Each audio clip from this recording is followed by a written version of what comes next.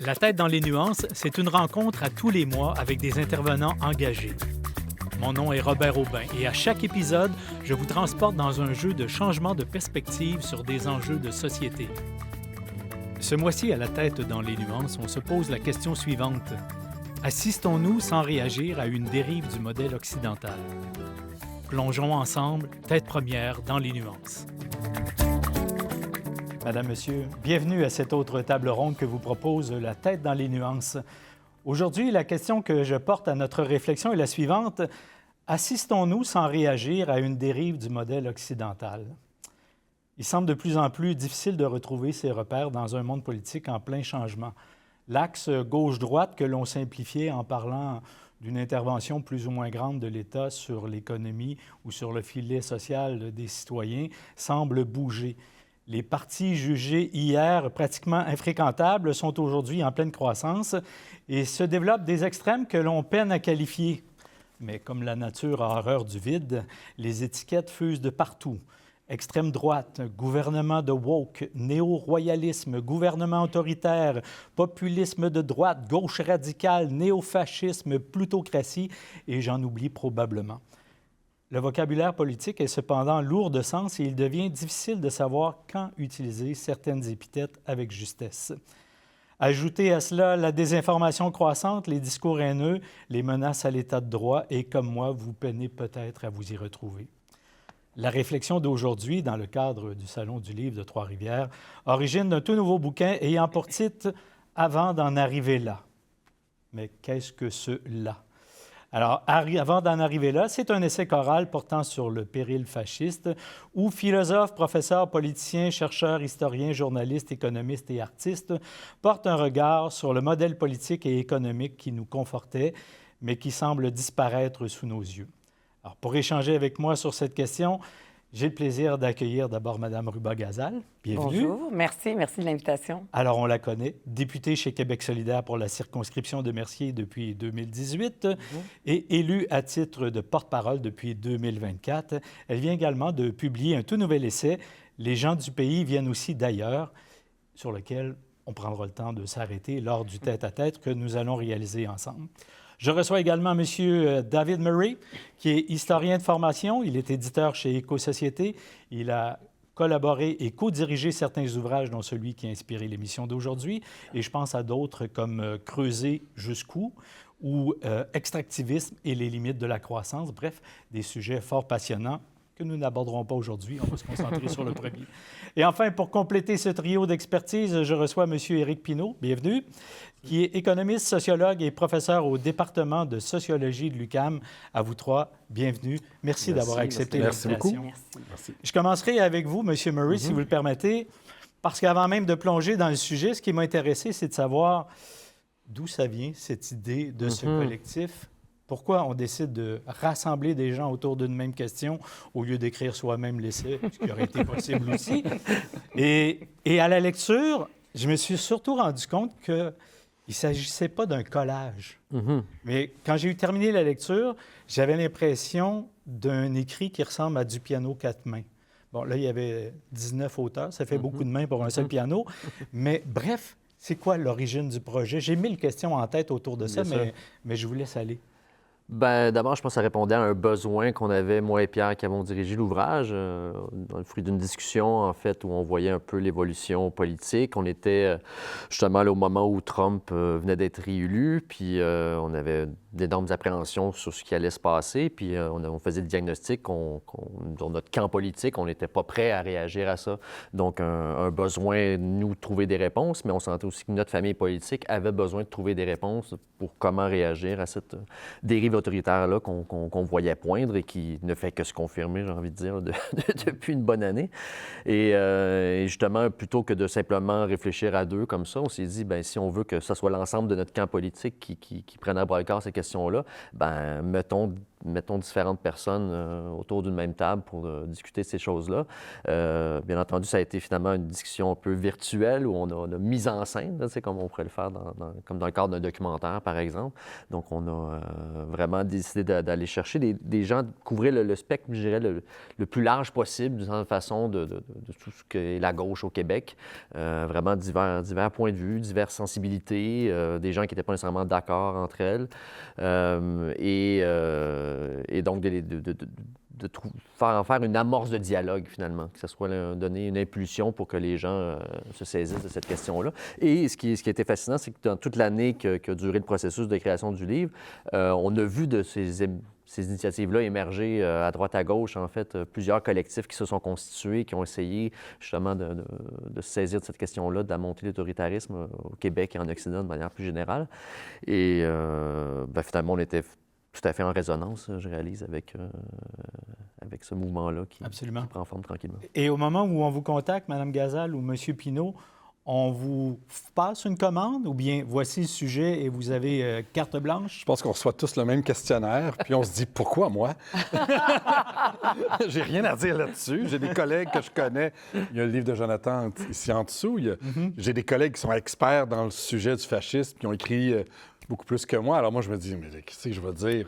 Puis finalement, bon, on se rencontre, on s'assoit autour d'un café, puis on répond aux questions, puis 1h30 plus tard, on se dit, ben, coudonc, j'avais de quoi à dire.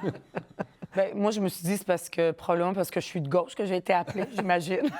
Je pense que c'est ça qu'on a en commun, des gens progressistes, la gauche au Québec, dans tous les milieux. Moi, c'est le milieu, évidemment, politique. Fait que je portais ce lourd chapeau. Il y avait des ex-politiciens, mais oui, j'avais ce lourd chapeau de le parti de gauche, le seul parti de gauche au Québec. Et donc, c'est ça. Mais ça a été un moment important parce que souvent, quand on est en politique, on est dans l'action, hein? On est dans l'urgence de l'action et on ne se voit pas aller. Donc, d'avoir un moment d'arrêt puis de regarder la situation de façon plus large, dans une perspective historique, sociologique, etc. C'est bon que les politiciens aussi réfléchissent, ils ne soient pas juste dans l'action. Ça donne une vision. Puis on voit, elle est où notre place? Qu'est-ce qu'on est en train de faire en ce moment, puis vers quoi on s'en va. C'est pas évident à répondre, hein? Qu'est-ce qu'on est en train de vivre? Moi, des fois, je me dis peut-être qu'il y a un bébé en ce moment qui est né, puis ça va être un futur sociologue ou un futur Hannah Arendt, peut-être dans les années 60, qui va définir avec un autre mot, un mot nouveau, qu'est-ce qu'on est en train de vivre. Alors qu'aujourd'hui, on peut juste se référer à l'histoire pour le nommer. Évidemment, vous avez fait allusion fréquemment à cette famille politique de la gauche. Est-ce que vous avez l'impression que le bouquin peut déborder, le lectorat peut déborder les gens qui sont sensibles à la gauche? Bien, je pense que oui, c'est sûr que le public premier auquel on s'adressait, effectivement, c'est une famille politique, mais en même temps, toutes les réflexions qu'il y a dans ce livre-là, extrêmement riches réflexions, ne serait-ce que toute la discussion sur comment définir notre époque, comment poser des diagnostics, comment analyser pourquoi on assiste à cette montée-là de courant de droite, puis qu'on assiste aussi à un certain échec de la gauche qu'on essaie de diagnostiquer. Donc, toute personne qui s'intéresse à la chose publique puis à l'état de notre démocratie va trouver de quoi se nourrir, je pense, dans ce livre-là. Tout à fait. Est-ce qu'on pourrait... Oui, allez-y. Je pense que, justement, toute personne attachée à la démocratie, peu importe sa forme, là, peu importe les variantes, va trouver dans le livre peut-être quelque chose de pertinent, parce que c'est... L'autoritarisme, c'est précisément contre cet approfondissement démocratique qui est en train de se construire. Donc, c'est plus large que je pense. C'est juste ce qu'on appelle la gauche ou les gens qui sont de gauche. Est-ce que ça ne permet pas aussi de peut-être mieux définir la gauche plutôt que de se laisser définir par la droite, ce qu'on voit abondamment sur les médias sociaux, entre autres? Oui, c'est mieux que nous, on parle de nous plutôt que d'autres parlent de nous, parce que si on le fait, vous l'avez dit tantôt, la nature a horreur du vide. Si nous, on ne le fait pas, il y en a d'autres qui vont le faire. Mais en même temps, il ne faut pas rester obsédé à définir ce qu'on fait. Tu sais, moi, je pense beaucoup à Mamdani. On le disait que c'était un islamiste, un communiste. Puis lui, il prenait tout ça. On lui disait même qu'il était très jeune. Il prenait tout ça, puis il s'en moquait. Et il ne répondait pas tout le temps du tac au tac. Il avançait. Il y avait comme un objectif clair. Puis ça, je pense, c'est aussi le rôle, moi je parle de ma perspective de femme politique, c'est notre rôle. Mais après ça, c'est important qu'on ne soit pas seul. Là. La gauche, c'est pas juste les partis politiques. C'est fondamental qu'il y ait les autres qui font avancer ce mouvement qui est beaucoup plus grand qu'un parti politique. Souvent, dans l'esprit des gens, quand on dit gauche, ils pensent Québec solidaire parce que c'est ce qu'ils voient tous les jours à l'Assemblée nationale ou dans l'espace médiatique. Mais c'est beaucoup plus large. C'est les mouvements sociaux, syndicats, communautaires, les intellectuels, etc. Donc, c'est beaucoup plus large. Fait que ces gens-là devraient plus définir peut-être aussi qu'est-ce qu'on fait, que tout le temps passer notre temps à nous de définir puis à répondre. Mais c'est vrai que c'est mieux que nous, on dise ce qu'on fait puis ce qu'on est que de se définir, mais la droite va continuer à nous définir, je veux dire. Puis même nous aussi, il faudrait peut-être qu'on le fasse par rapport à la droite. Bien, on le fait Si on parle de péril fasciste, je pense qu'on se permet on le fait pas mal. de mettre des étiquettes sur des choses. Tout à fait. Je pense que les gens qui reçoivent ces étiquettes-là sont mal à l'aise ou Oui. et souvent même repoussent l'étiquette. Exact. Et nous, en même temps, on se dit, bien, c'est les mots qu'on a. L'histoire nous a donné ces mots-là pour parler de créer des phénomènes politiques. Bien, c'est ça, exactement. Moi, je trouve que on n'arrête pas de parler de gauche depuis tantôt, puis j'ajouterais peut-être, là, c'est d'où je viens, moi, mais c'est aussi l'écologisme, là. Ouais. C'est aussi parce que moi, je pense qu'une grande partie de la dérive autoritaire actuelle, au moins dans les pays du Nord, c'est un backlash contre tout ce qui est transition politique climatique. C'est clairement... il y a quelque chose là de dur, là. Et donc, c'est aussi, je pense, une interrogation que le mouvement environnementaliste doit avoir par rapport à lui-même, où il se situe, c'est qui ses alliés, c'est qui, avec qui il peut travailler et qu'est-ce qu'il doit défendre. Parce que c'est... En tout cas, peut-être qu'on y reviendra plus tard. Bien, en fait, on a eu une magnifique introduction, soit dit en passant, mais plongeons dans le vif du sujet. On connaît ou on croit connaître parfois le fascisme de la fin des années 20, début des années 30. Sinon, la lecture ou la littérature est abondante sur le sujet. Mais aujourd'hui, la diversité des expressions dont je parlais en ouverture d'émission ne fait-elle pas la démonstration de la difficulté à saisir ce qui se passe vraiment présentement? Je me rappelle à la dernière élection du président de nos voisins au Sud, on peinait ou on avait un bémol à utiliser le mot fasciste. Il devient de plus en plus utilisé. Est-ce qu'il est pertinent pour autant? Je pense que le livre en fait une réponse assez exhaustive, mais qu'est-ce qui se passe et qu'est-ce qui fait en sorte qu'on tarde tant à mettre en place un contre-courant face à une approche qui ne semble pas réunir la majorité, en tout cas chez nous? Grosse question, mais en tout cas... On revient à la question de base. Non, mais je peux replonger dedans. Est-ce qu'on a une dérive? Oui, allez-y. Je peux plonger dans la question. Le fascisme, c'est parce que c'est toujours la question dans les sciences sociales, là, je vais faire le prof 2 secondes, là, mais c'est une expertise qui perd pas. Quand on prend comme un mot du sens commun ou de la vie politique, puis on en fait un concept. C'est quoi l'élasticité là, entre le concept puis la réalité? T'sais? Fascisme, là, c'est fasci. Là, il y a un contexte historique en Italie, ça répond à une conjoncture très particulière, puis le fascisme en est l'expression. Après, aujourd'hui, on est face à la même chose. Il y a un contexte politique, économique aux États-Unis.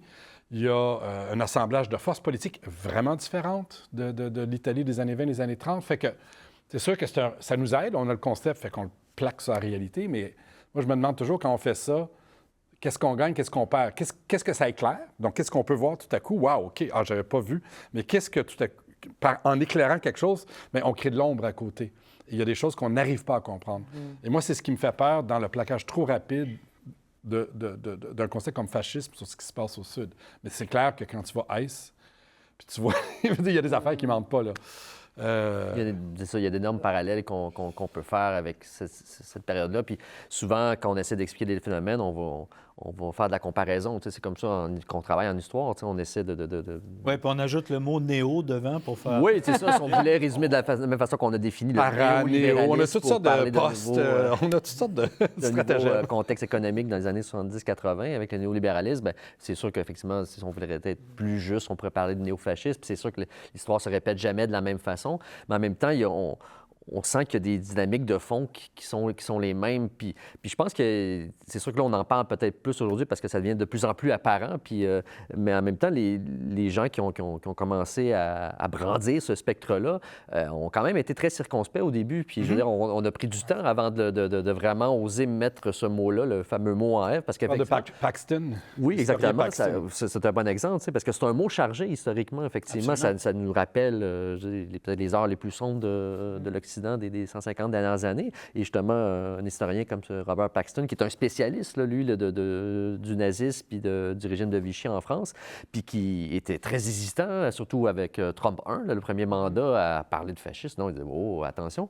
Mais quand il a vu l'assaut sur le Capitole du 6 janvier de 2021, là, il a fait, oh, OK, non, là, il y a vraiment quelque chose. Puis plus ça va, après un an de Trumpisme 2 au pouvoir, il en est de plus en plus convaincu. Donc oui, il y a quelque chose là. Et lui, il parle de fascisme ou de néo-fascisme? En fait, il dit simplement que pour lui, Trump est un fasciste. Je veux dire, il a la graine d'un fasciste. Là. Après ça, il ne caractérise pas nécessairement tout l'ensemble du régime, mais lui, comme personnage historique, il le considère effectivement comme un fasciste. Puis, tu sais, au début, je trouvais ça intéressant ce que vous disiez. Vous avez, comme il y avait une pléthore de noms, là, tu sais, le mouvement MAGA, fasciste, puis il y en avait plein, là. Parce qu'il y a comme une diversité. Tout le mouvement MAGA n'est pas nécessairement fasciste. Les gens qui appuient, qui ont voté Trump, c'est pas nécessairement des fascistes. Peut-être qu'ils ne voyaient pas ça en lui, mais ils sont peut-être vraiment de droite. Mais il y a une pluralité de droite. Puis il n'y a pas juste un peu de la même façon aussi pour la gauche. Il y a une pluralité de gauche. Puis des fois, c'est sûr qu'on a besoin de synthétiser puis simplifier. Puis là, de dire juste un mot. Vous avez raison quand vous dites est-ce qu'on fait de l'ombre à quelque chose, la réalité est beaucoup plus nuancée, hein? Pour reprendre le titre de votre émission. Et des fois, peut-être que si on plaque trop un seul mot parce qu'on a besoin de le définir, bien, peut-être que les gens après ça, il y en a qui n'écouteront plus. Ils disent ah, c'est exagéré. Puis, tu sais, il y a un phénomène aussi, par exemple, il y en a qui sont plus de droite économique. On le voit au Danemark. Au Danemark, c'est le contraire, de droite plus économiquement de gauche. Social-démocrate, mais avec, par rapport aux questions plus sociales ou de l'immigration, plus de droite, ou même le contraire. On peut être de droite économique et plus inclusif par rapport aux questions de l'immigration. Donc, il y a une diversité en ce moment qui est très importante, puis il faut en tenir compte. Puis tout le monde là, ne vit pas. Il n'y a plus de deux grands camps. Là. C'est beaucoup plus nuancé. C'est là que ça nous donne une prise, en fait, pour faire bouger les choses. Puis justement, il y a Alain Deneau, qui a été des intervenants dans le livre, qui, justement, à un moment donné, fait une espèce de cartographie un peu, justement, du mouvement MAGA, d'essayer de voir les différents types de personnes, puis les différentes raisons qui poussent ces gens à adhérer à ce mouvement-là. Puis là, on voit qu'il y a toutes sortes de raisonnements, puis c'est pas tous des raisonnements, effectivement, là, fascistes ouverts comme ça. Puis quand on voit les choses de cette façon-là, peut-être que cette catégorie de personnes-là, on peut discuter avec elles, puis trouver une façon de les raccrocher à autre chose. C'est de la même façon qu'historiquement, c'était ça aussi. Moi, je me souviens d'un de mes professeurs d'histoire qui m'avait dit, sur le régime nazi, que, faut comprendre que les nazis, c'était 10 de la population allemande, puis parmi ce 10 %-là, c'était 10 des nazis qui étaient vraiment des fous furieux. Donc, c'était loin d'être la population, tu sais. Donc, il y avait là aussi une prise, peut-être. Puis ils ont eu besoin, pour prendre le pouvoir, de s'appeler socialistes. Oui. Les nazis. Donc, ça dit quelque chose, ça.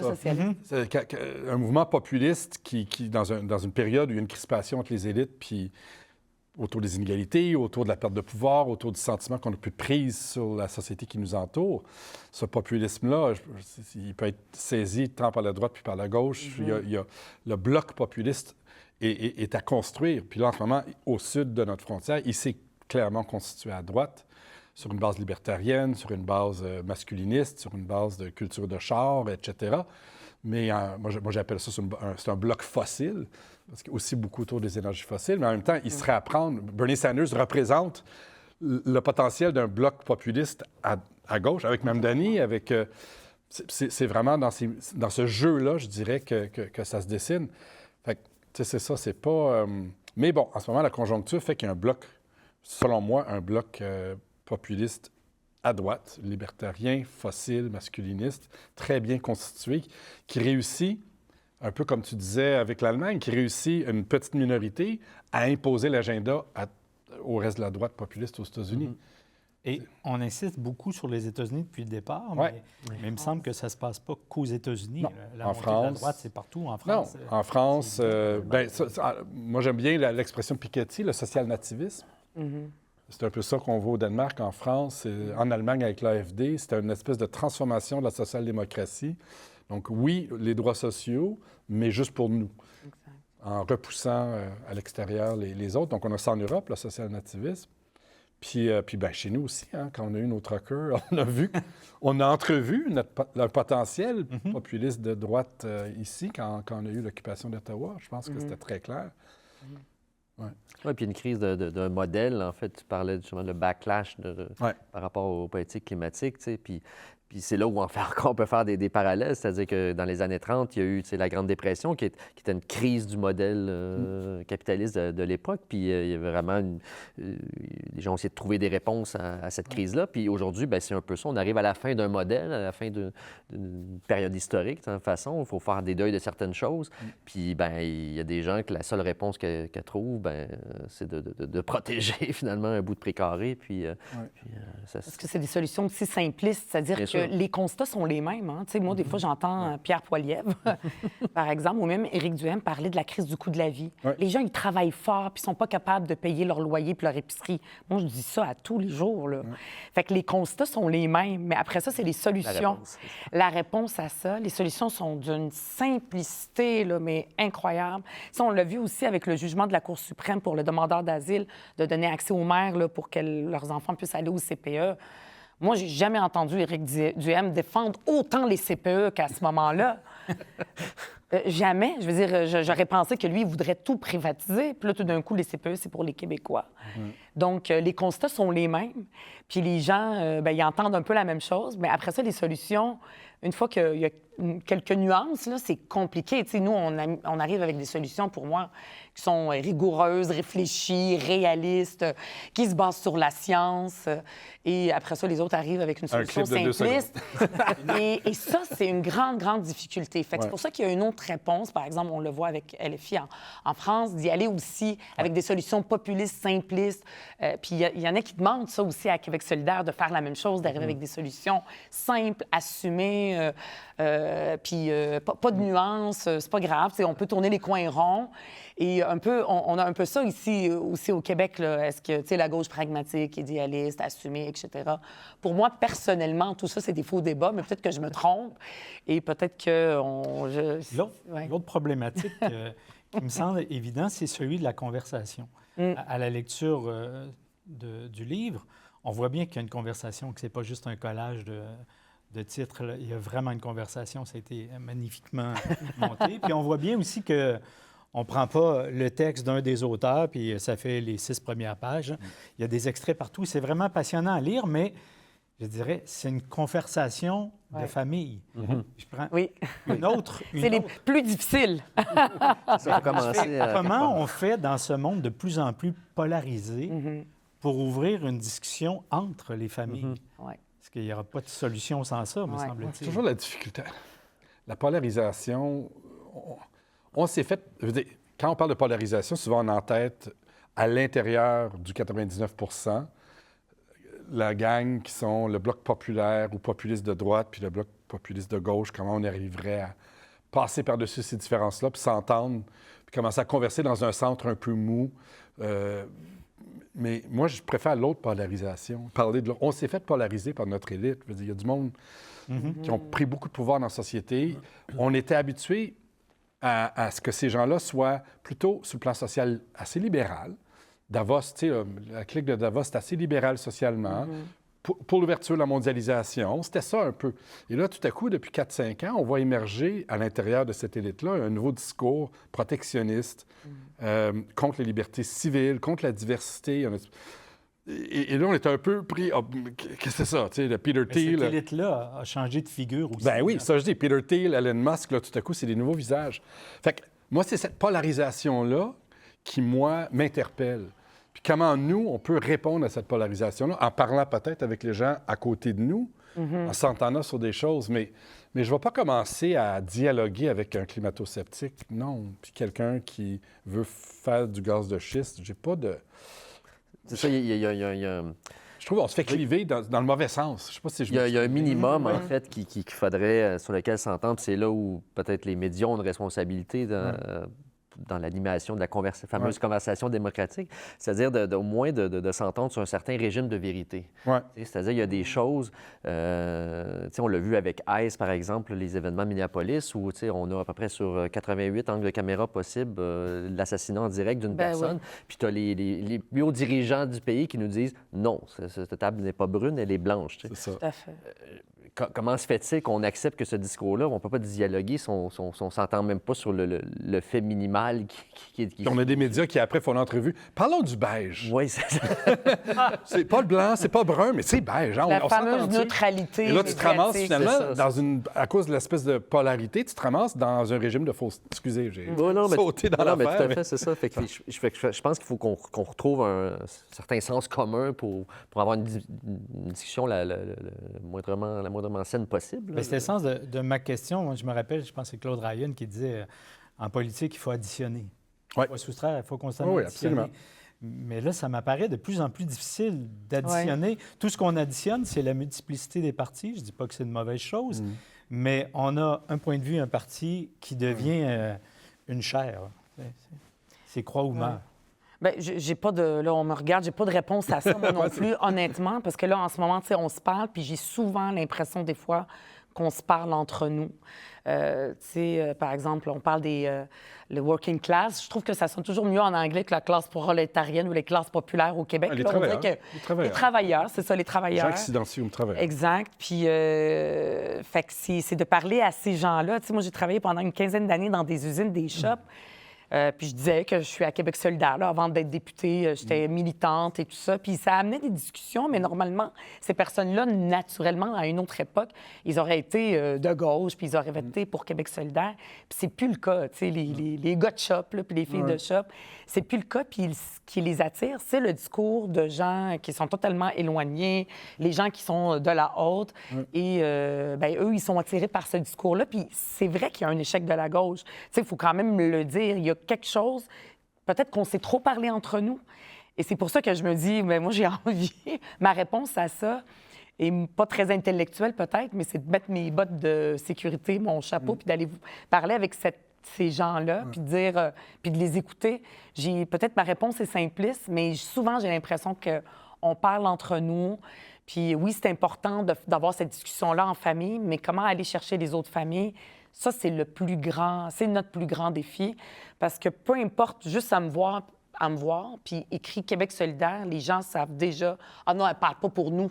Elle, c'est pour les minoritaires. En plus, je m'appelle Ruba Gazal. Vous voyez ma couleur de peau, donc je m'aide pas. Et donc, je parle pour les minorités sexuelles, toutes les guerres culturelles dans lesquelles on nous place, alors que moi, non, je veux parler des conditions matérielles. C'est ça, la gauche, à la base. Mais en même temps, c'est comme si on avait perdu de vue que Ouais. c'est impossible d'avoir une réponse simple à une question complexe. Là. Ben, Tout à fait. Ce que nous offre... mais moi, j'aime beaucoup ce que tu dis. Puis moi, je suis un peu au même endroit que toi depuis d'ailleurs plusieurs années. Moi, je trouve qu'on a laissé le terrain de l'économie à la droite. Puis on s'est replié dans nos retranchements culturels. Puis là, on a répondu à une guerre culturelle qu'on a commencé. On l'a quand même commencé. Puis je pense qu'on avait raison de la commencer. L'agenda de la diversité, il fallait l'amener, il fallait le porter le plus loin possible. Là, maintenant, on est un peu à défensif, mais on a complètement délaissé le terrain de l'économie. Puis quand on le prend, c'est pas vrai qu'on est déconnecté. Je prends l'exemple là, de la crise du régime forestier québécois. Le moment que le mouvement environnementaliste est allé voir les travailleurs, les syndiqués, puis les petites PME qui font de l'entretien, débroussaillage, pré-éclairci, les petites cohortes de travailleurs, la minute qu'ils ont fait ça, là, ça a changé complètement la discussion sur le régime forestier. On a dépolarisé. On n'avait plus les écolos d'un bord, puis les travailleurs, puis les industries de l'autre bord. On avait tout à coup un front commun contre une loi, un projet de loi qui n'a jamais abouti, puis contre un projet de loi que voulait l'industrie et les capitalistes. Et donc là, on est capable de le faire quand on le fait, quand on Pour descend dans le certains champ. sujets, exact. Mais là, il faut jaser d'économie, il ne faut pas Oui. avoir peur d'avoir un discours. Puis moi, j'ai toujours, dans tout le travail que j'ai fait, quand je vais sur le terrain de l'économie, je peux parler avec un travailleur. C'est super facile. Oui. Là, tout à coup, là, il va reconnaître ses intérêts de classe. Il va dire, c'est Oui. vrai qu'il va comprendre que le travail doit être défendu, puis ou émancipé, ou en tout cas porté plus loin. Oui, puis en fait, Elon Musk puis les très, très riches nous aident d'une certaine façon. C'est-à-dire que là, il y a un appui plus grand pour la population qu'il y a quelques années pour aller, par exemple, chercher les très, très riches, taxer les richesses et tout ça. Là, ça a l'air encore un petit peu dans la classe politique quand j'en parle. À l'Assemblée nationale, les yeux sont ronds. Grosse taxe orange, là. Ah oui, la taxe orange, là. Girard, oui, c'est ça. Bien, là, nous, c'est les 25 millions et plus, là, la richesse. Là, Claire Trottier, une riche héritière, l'a dit, taxez-moi. Ça, je veux dire, on ne l'entendait pas il n'y a pas longtemps. Puis c'est pour ça que je dis les Elon Musk nous aident, parce que, ils font des fois des vox pop dans la population, puis les gens, ils disent, oui, c'est vrai, parce qu'ils voient qu'ils s'appauvrissent, puis ils voient des figures. Maintenant, on met un visage. C'est pas juste comme les grands banquiers qui sont cachés derrière leur bureau, fait qu'on les voit pas. Là, on a des figures, on les voit, là, les riches, ils se montrent comme ça, de façon grossière. Et donc, là, les gens, ils disent, bien là, ça n'a pas de bon sens qu'eux autres soient riches. Fait que ça vient nous aider d'une certaine façon. Est-ce que vous diriez que, d'une certaine façon, on est en train de saisir dans nos tripes la disparition de la classe moyenne qu'on n'a jamais vraiment très bien définie? Mais c'est comme si les gens s'appauvrissant se considéraient eux-mêmes de la classe moyenne, puis ils font non, là, j'y arrive plus. Donc, il y a la classe moyenne, trois éclats. c'est une drôle d'affaire. On va avoir écrit là-dessus il y a quelques années. Là, c'est compliqué. Là, Mais je pense que les gens, parce qu'à la base, les gens de la classe moyenne, c'était des travailleurs. Sauf qu'ils ont... Et c'est très nord-américain comme phénomène. À un moment donné, les travailleurs se sont considérés comme faisant partie non plus de la classe des travailleurs, working class, mais tout à coup, se sont considérés de classe moyenne dans cette idée qu'il y avait une espèce de gros magma de gens qui avaient des conditions de vie assez similaires, qui s'étaient extraits de la précarité, extraits de l'exploitation et qui pouvaient se définir par leur consommation, mettons, grossièrement. Puis que tout le monde se ressemblait là-dedans. On regardait la petite vie et on se dit, ben oui, on est tous pas mal dans cette affaire-là. Là. Tu sais, ou les Flintstones. Moi, c'était toujours ma référence quand j'étais jeune, c'est les pierres à feu. Les pierres à feu, tu sais, c'est quoi? C'est des dinosaures qui sont des appareils ménagers. Puis tu sais, c'est ça la classe moyenne. On se définit par, on a une laveuse, sécheuse, un frigo, un poêle, puis on s'en va au club des bisons, puis c'était ça, là. Mais c'est vrai que ça, c'est mal. Mais ce qui est important, c'est que la classe moyenne, historiquement, puis bon, là, j'ai un historien devant moi, mais c'est jamais battu. Elle s'est jamais battue, la classe moyenne. Ouais. Les travailleurs ont défendu, ont gagné des acquis qui ont créé la classe moyenne, et les travailleurs ont défendu les acquis qui ont permis à certains de s'identifier comme classe moyenne, mais la classe moyenne, c'est pas un acteur politique. Et ça, là, c'est vraiment important. Ce qui est un acteur politique, c'est les travailleurs, les travailleuses. Puis on le voit, à chaque fois qu'il y a des ralentissements économiques, à chaque fois qu'il y a une récession, quand on fait ces fameux sondages là, qu'on fait d'auto-identification, on demande aux gens, vous appartenez à quelle classe sociale? Puis on voit, à chaque fois qu'il y a un ralentissement économique, travailleurs augmentent, classe moyenne diminue en Amérique du Nord. C'est fascinant de voir ce jeu-là. C'est un jeu Parce que les gens se rapportent à ce qui les définit. Bien, j'ai besoin de travailler le matin. J'ai besoin de travailler, puis j'y arrive pas. Ouais. Alors que la classe moyenne, bien, c'est ça, je consomme, puis ça se passe bien, c'est relativement bien. Mais là, les gens le sentent. Moi, c'est drôle parce qu'il y a vraiment peut-être 2 ans ou 3 ans, je disais qu'il faut qu'on parle aux travailleurs et travailleuses. Moi, je viens de ce milieu-là. Puis hier, ici, à Trois-Rivières, un de nos membres, il m'avait dit, je t'écoutais à l'époque, mais je disais, ça se peut pas. Parce que lui, c'était un ancien métallo, il était à la retraite, puis il disait, ça marche pas, je les connais, les métallos, ils veulent rien savoir. Parce qu'eux autres, ils ont réussi, ça se passe bien. Fait que, ils se considèrent pas juste travailleurs, travailleuses, ils travaillent, mais ils sont bien. Fait que là, il m'a dit, mais là, je pense que ça peut marcher. Pourquoi? Parce qu'ils ont été attaqués par exemple, les lois du gouvernement sur la syndicalisation. Parce qu'il y a les riches, les grands. Tu sais, ça nous aide aussi, ces figures-là. Je dis pas que c'est réglé là, pour nous, mais je pense que c'est pas réglé du tout. Là. On n'est pas sortis de l'auberge, mais pas du tout. Mais c'est important qu'on saisisse cette opportunité-là. Ouais. Donc, il ne faut pas que la gauche défende la classe moyenne. C'est le piège dans lequel on est pris depuis 20 ans.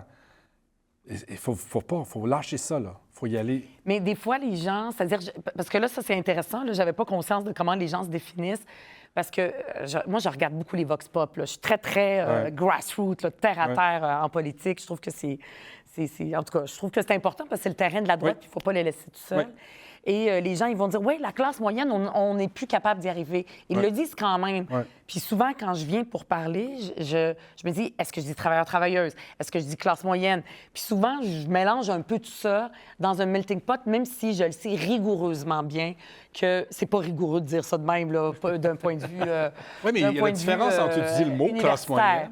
Ouais. Mais entre l'utiliser puis faire de la politique de gauche une défense puis le dire. Exact. Comme Trudeau faisait. Oui. Trudeau faisait. Ça, il faut lâcher ça. Au moment où vous écrivez chacun votre parti ou que vous créez ce collectif-là, est-ce que vous avez le sentiment d'être le canari dans la mine? C'est-à-dire que, est-ce qu'au Québec, on n'a pas l'impression de vivre un peu dans un terrain où tout est plus doux? Ne serait-ce que parce qu'on s'est donné un filet social important dont les mailles apparaissent de plus en plus larges. Là. Mais quand même, il y a eu la Révolution tranquille réussie. On a toujours l'impression de vivre dans un... Peut-être que notre spécificité linguistique aussi fait en sorte qu'on ressemble à un petit village gaulois d'une bande dessinée bien connue, là, où on a l'impression que ces grands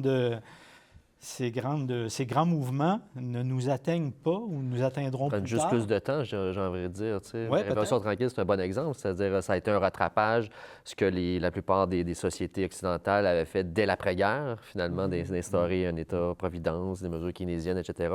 Nous, bien, on a attendu 15-20 ans avant de faire ce virage-là. Mais ça, je dirais, c'est la vision d'un historien que je ne conteste pas. mais dans la tête du citoyen moyen, ce qu'on retient, c'est la Révolution tranquille. Nous, on réussit à faire des choses tranquilles au Québec. On réussit à changer. Alors que là, le mouvement qui nous rentre dedans n'est pas très tranquille. Bien, en tout cas, moi, oui, mais moi, je t'inquiète. Je vais dire que je t'inquiète.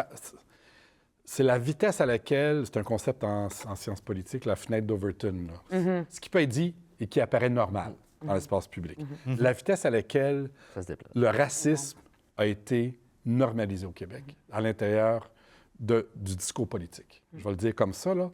Les partis non racistes sont... Il y en a deux, peut-être. Il y a les libéraux, le QS. Les autres partis tiennent un discours proche du racisme ou assumé raciste. Et ça, c'est inquiétant. C'est le discours anti-immigrant, de mettre sur le dos nos crises sociales, sur l'immigration, que ce soit des écoles qui sont vétustes et trop pleines, la crise du logement, la crise dans le marché du travail, les crises culturelles, le consensus qu'il y a des prières de rue, puis que ça dérange. Tout ce discours-là, là, comment il a explosé dans la dernière année. Moi, ça a été rapide, puis le consensus autour de ça est très fort. Donc, moi, puis là, je me permets de le dire, puis on me rentrera dedans si on voudra. Mais et donc, moi, ça me fait très peur. Puis, ben c'est ça. Je pense que c'est plus que juste... non, c'est pas un petit pays tranquille, là. On s'est normalisé bien vite. Oui, puis souvent, je pense que c'est peut-être pas fait de manière consciente. Tu sais, justement, certaines lois menées par la CAQ, je veux dire, je pense pas que foncièrement, toutes les députés de la CAQ sont, je veux dire, ont un agenda raciste. Non. Mais sauf que les effets de ces politiques-là, puis Puis le discours de légitimation que tu dois porter pour que ça passe. Puis en plus aussi, la licence que ça donne à des gens qui sont, pour le coup, foncièrement racistes, qu'après ça, eux peuvent se lâcher. C'est comme si on leur dit, OK, bien, maintenant, c'est permis. Allez-y, tu sais. Puis il y a plein de témoignages. J'imagine, toi, Rubin, dans ton travail, tu dois rencontrer plein de témoignages de gens qui te font part, justement, dans leur quotidien moi, mon premier choc par rapport à ces discours anti-immigration, moi, ça fait longtemps que je l'ai vécu, puis j'en parle dans mon livre, c'est toute la crise des accommodements raisonnables, parce que moi, je me présentais aux premières élections de Québec solidaire en 2007. Puis je me rappelle, ça a été comme un choc pour moi. Moi, je suis arrivée à la fin des années 80, 10 ans, je parlais pas français. Puis après ça, tu sais, pour moi, les immigrants, c'était comme quasiment wow, on aime les immigrants, c'était hot, là. Tu sais, j'étais fière, là. Je me rappelle, là, ça, c'est mon adolescence, ma jeunesse. Fait que moi, j'ai vécu là-dedans, puis mon identité québécoise était solide comme le roc. Puis là, j'arrive, tu sais, je suis comme fin vingtaine, je me présente aux élections, puis il y a tout ce débat-là. Puis là, j'entendais des choses. Moi, ça a été un choc. Quand il y a eu toute la... Fait que ça fait longtemps quand même, puis... C'était très vif à mon esprit. Puis plus tard, quand il y a eu la Charte des valeurs, moi, je me suis fermé les oreilles à ce moment-là. Je ne pouvais pas supporter tout ce discours-là. Puis aujourd'hui, c'est juste pire. Pire. Fait que ce que tu dis sur la fenêtre d'Overton, c'est incroyable. C'est incroyable. C'est vrai que c'est très vite. Cela dit, quand je regarde, par exemple, en France, je trouve le discours très violents de partout, là. Ouais. Puis là, je me dis tout le temps, puis peut-être que, est-ce que je fais du déni? Au Québec, c'est pas aussi violent. Au Québec, pas c'est arrivé pas là. à ce point-là. On n'est pas arrivé On n'en est pas arrivé, on n'est pas arrivé là. Mais c'est un Parce bel- que ce que je sais, c'est un bel exemple. que on arrive toujours quelques années après. Oui, mais c'est un bel Ouais. exemple, c'est-à-dire qu'il Ouais. n'y a pas encore au Québec, effectivement, ce qu'on voit en France, par exemple, vraiment des groupes foncièrement racistes, Oui. fascistes, qui sévissent dans les rues comme des milices, là, tu sais. Ouais. Je veux dire, puis qui font violence. Nous, dans notre milieu, je veux dire, il y a des librairies en France qui se font fracasser leurs vitrines, Ouais, non, qui se c'est font... Je veux dire, violent. il n'y a pas ça ici, quand même. C'est violent ça, dans là-dessus, tous les sens du terme. faut Là. le reconnaître. Tu sais, Ouais, non, puis, mais, par exemple, je parle de la crise de décommodement raisonnable en 2007, mais je me rappelle très bien qu'à la fin des années 90, on entendait parler, tu sais, avec toute la laïcité puis le voile en France, fait que, dans les années 90, fait que tout nous arrive plus tard. Puis à l'époque, c'était beaucoup plus tard, 20 ans plus tard. Là, le plus tard, c'est comme 2 ans, 3 ans plus tard. Fait que ce qui se passe en France, ce qui se passe aux États-Unis, il y a une accélération, je la sens. Moi, ça me fait peur, vraiment. C'est comme un train, puis des fois, je me dis, OK, on est dans le bas du... Il y a un balancier, là, ça va revenir. Je trouve ça inquiétant, mais... comment dire, toutes les personnes qui sont inquiètes, je leur dis, s'il y a un moment qu'il faut lâcher, bien, c'est pas maintenant. C'est maintenant qu'il faut pas lâcher à cause de ça, parce qu'il faut qu'il y ait un retour du balancier entre ce discours Je pense qu'on exclu. On fait une lecture assez juste de la situation. J'aurais envie de vous demander si je changeais le titre du livre pour un instant, au lieu de l'appeler Avant d'en arriver là, si on disait comment ne pas arriver là? Ouais. Est-ce qu'on a des pistes de solutions qui permettent d'unir la gauche, qui permettent de faire grandir l'idée sans nécessairement être obligé de s'identifier comme la gauche? Hein? Ben moi, oui. Moi, je pense que oui. Moi, je pense Ça que... ressemble à quoi? Ben moi, je pense que c'est, je le disais tantôt, il y a un bloc populiste progressiste à bâtir autour des enjeux écologiques, autour des enjeux de pauvreté, mais sur le terrain économique. Donc, on est déjà en train de démystifier le mot populiste. Là. Il pourrait y avoir quelque chose de populaire ou de positif à être populiste. Oui, bien, le populisme a toujours été ambivalent, mais le populisme, c'est une... Bon, en tout cas, là, c'est quand même un courant nord-américain assumé. Là. En Europe, on a moins ça, c'est quelque chose de plus récent, mais le populisme remonte au 19e siècle, puis il y a toute une histoire. Puis le populisme a toujours été ambivalent. Il a toujours été... C'était des petits producteurs indépendants qui se révoltaient contre les élites urbaines de la côte Est. Le Magicien d'Oz est une pièce de théâtre populiste à l'époque. Donc, il y a un populisme de gauche qui est possible. Et je pense qu'il est à construire. On doit... Puis moi, je pense que c'est sur le terrain de l'économie, c'est sur la question de la démocratisation, non seulement politique, mais démocratisation de l'économie, reprendre le pouvoir sur notre économie. Et ça, c'est très modèle québécois, c'est très renoué avec l'esprit de la Révolution tranquille. C'est ce qu'on a fait. On n'a pas juste fait des écoles, des cégeps. On a fait Hydro-Québec, la Caisse des dépôts et placements. L'État a pris en charge l'orientation économique. C'est ça, la Révolution tranquille aussi, puis on l'oublie. Alors, je pense que là-dessus, il y a quelque chose à... En tout cas, mais comment on fait ça, reprendre une économie? Parce que tantôt, je vous entendais citer 2 partis que vous dites ne pas avoir d'avance raciste. J'ai l'impression qu'en politique, on voit ressurgir une phrase que je déteste entendre, qui est toujours « Non, moi, je ne suis pas raciste, mais... Puis là, je fais... Bien, en même temps, quand on nous propose des politiques économiques, on nous dit non, on ne met pas ça sur le dos des immigrants, c'est juste qu'on n'a plus les moyens, on n'a pas le logement n'est pas là, on n'a pas les ressources, on n'a pas le système éducatif. C'est toujours des questions d'économie. Alors, on n'est pas raciste, mais économiquement, c'est plus possible. Oui, mais sauf que là, il y a un vide à remplir qui est d'avoir des politiques économiques progressistes. Malheureusement, la gauche a peur de parler d'économie. La gauche a peu investi dans sa littératie économique aussi. Je le sais parce que j'essaie de travailler avec... Je le vois, là, qu'il y a vraiment une absence de littératie économique à gauche. Par exemple, le protectionnisme, c'est une politique de gauche. À l'origine, c'était de gauche. La protection sociale, le mot le dit. Alors, il y aurait moyen d'avoir une politique protectionniste de gauche, de la tarification solidaire à la frontière. Il y a plein d'outils qui sont là puis qu'on n'ose pas prendre, puis on est prêt à défendre le libre-échange. C'est complètement ridicule. En ce moment, la gauche défend le libre-échange. C'est Trump qui fait du protectionnisme. Oui, exactement. Mais pour défendre les intérêts d'une élite. Ben oui, absolument. Alors qu'on peut le faire de façon à protéger les intérêts de tout le monde. Exactement. Mais je pense que c'est à force d'être attaqué, puis la peur. C'est parce que la peur de la population peut mener vers le mauvais côté ou un meilleur côté. Puis, tu sais, toutes les attaques, par exemple, je regarde le mouvement communautaire. Tu sais, ça fait longtemps là, qu'on dit qu'il faut qu'il soit financé à la mission. Puis, tu sais, c'est beaucoup des femmes qui mettent leur cœur là, dans leurs mains, ils donnent tout, puis ils font toujours plus avec moins tout le temps. Puis ça a été comme la naissance de Québec solidaire.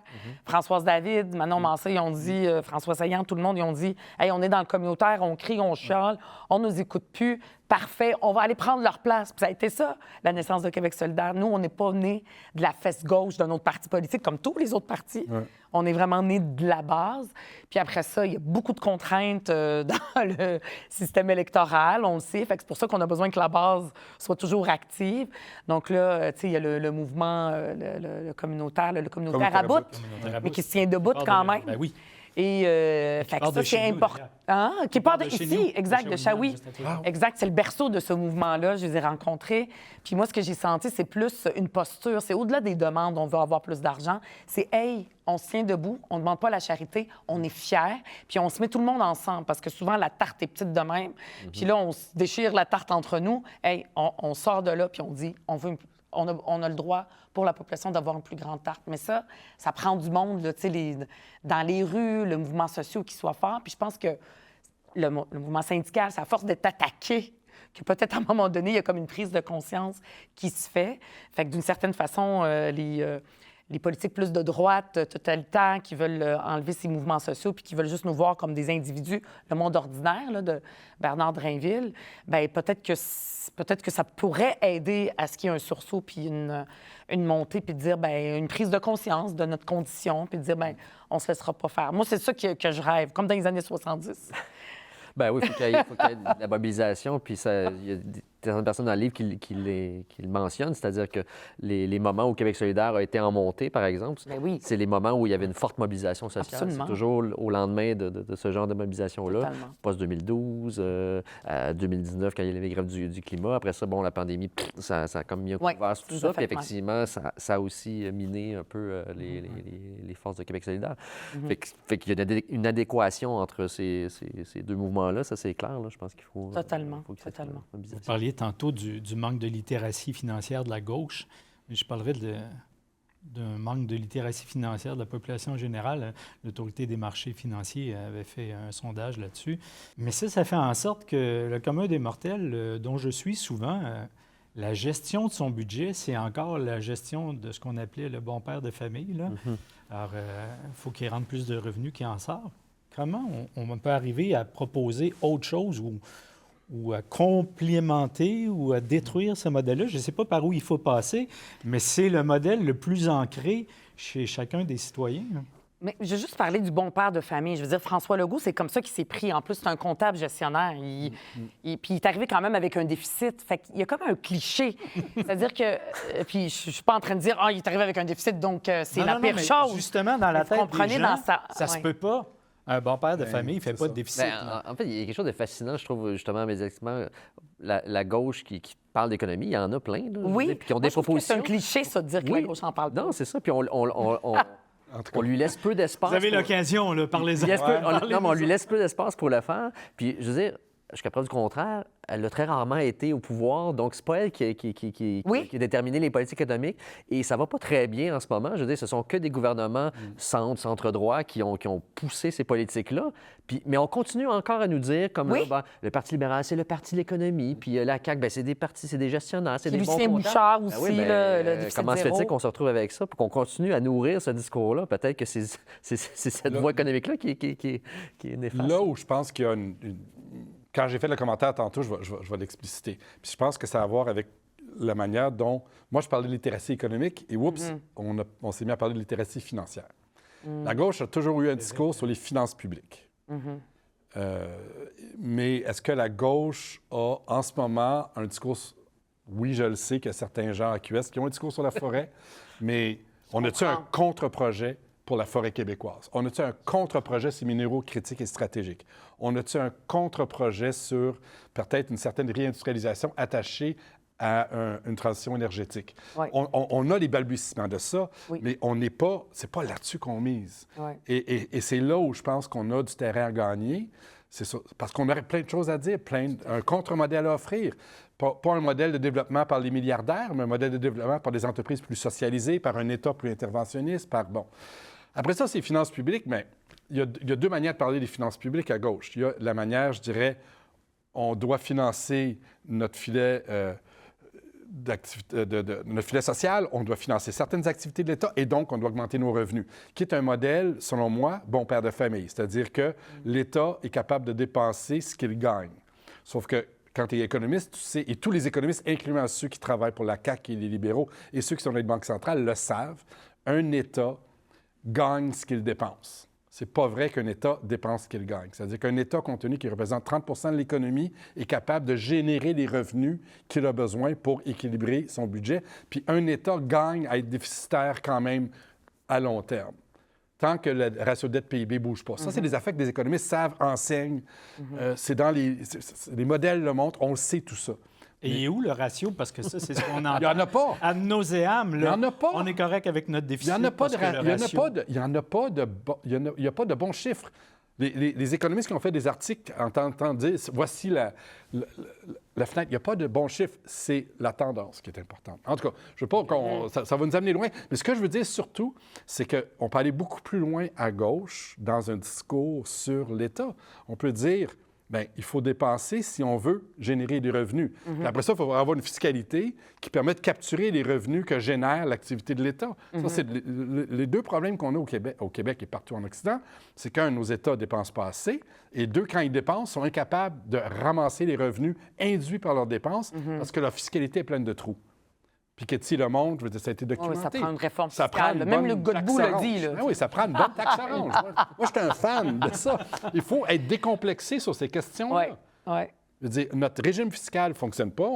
Ça prend une réforme, là, avec le défi démographique aussi. Là, Et on s'en va dans le mur. Oui, et il faut des politiques industrielles à gauche. Mais c'est ça. Je comprends, oui, c'est vrai. Là, on est allé sur les finances, mais il y a les politiques aussi industrielles. Ouais. Moi, je me rappelle, en 2019, juste avant la pandémie, on parlait, puis on avait une politique qu'on a mis de l'avant, mais comment dire, c'est parce qu'on ne nous donne pas la crédibilité aussi, là. C'est-à-dire que sur la batterie. Oui, puis, mais ça, là, je m'en maintenant, rappelle. Tout ça a été évolué par François Legault avec son Northvolt. Mais ça, je m'en rappelle. Là. Oui, puis on a amené, tu sais, qu'est-ce qu'on va faire avec la batterie? On a quelque chose, on a une richesse. Puis on s'est dit, pas nécessairement de nationaliser, mais peut-être avoir un contrôle de l'État sur cette industrie-là qui est là. Et le Québec, Oui, et 10 ans après, on est en train de le faire. Oui, bien... Mais tout croche. Exact. Avec, comme le privé qui va nous sauver et tout ça, avec moins C'est quand même Hydro-Québec qui va développer beaucoup de... Mais c'est un peu Hydro-Québec, mais tout croche. Mais il y a un aspect vraiment, c'est-à-dire que même si on dit on a tout bon, là, puis on dit les bonnes choses, puis parce qu'il y a des économistes de gauche qui nous conseillent, il y a comme on nous donne pas la crédibilité. C'est-à-dire que moi, je peux en parler tout le temps. On ne nous donne pas la crédibilité dans les médias. Puis là, ici, je peux me permettre de critiquer les médias.